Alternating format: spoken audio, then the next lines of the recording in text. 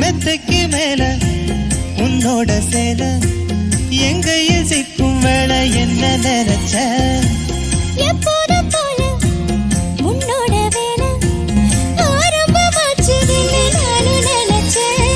நீ உள்காயத்தை பாக்குறப்போ என்ன நினைச்ச நீ நகம் வெட்ட வேணும்னு சொல்ல நினைச்சேன்.